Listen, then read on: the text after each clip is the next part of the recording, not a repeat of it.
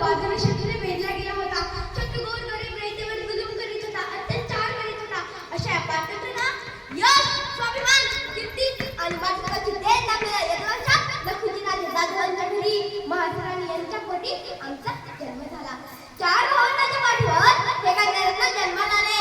हत्तीवरील साखर वाटली केवढे कौतुक हो. हत्तीवरील साखर वाटली केवढे कौतुक हो. आजच्या माझ्या मातांनो, बहिणींनो, तुम्ही किती जणी आपल्या मुलीचं खुल्या मनाने स्वागत करता? अहो, हत्तीवरील साखर वाटण्याचं काय गेला हो, पण आपल्या मुलीचं खुल्या मनाने स्वागत करणाऱ्या माताही खूप कमी ही खंत आज मी व्यक्त करते. अगं माझ्या पोरींनो, तुम्ही मुलीला यंत्रणाने त्या पसंतीची हत्या करता, तर सुंदर अशा काहींना ते सुंदर जग पण बघू देत नाही. अगं माझ्या लाडक्या पोरींनो, मुलींना जन्म द्या. मुलगी या जन्माचे स्वागत करा. मुलगा मुलगी भेदभाव करू नका. लेकीमुळे खानदानाला शोभा येते. लेकीमुळे खानदानाला शोभा येते. माय बाप होऊन आदरणी सेवा करते.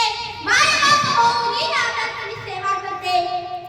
लेखे देवाने दिलेले आतन, लेखे मंत देवणारी निरांजन.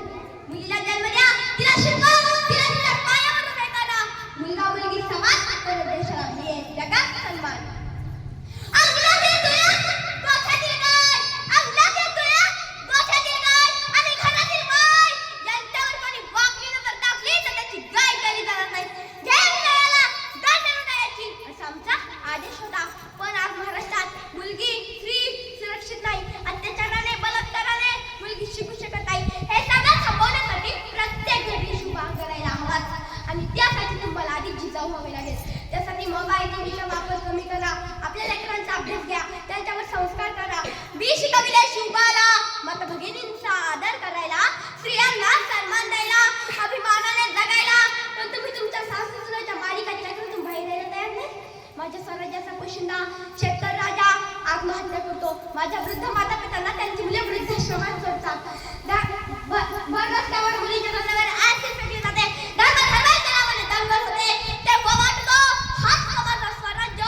तेव्हा वाटतो हाच का माझा स्वराज्य. राज्यातून आरोग्याला केला खरे तयार नाही.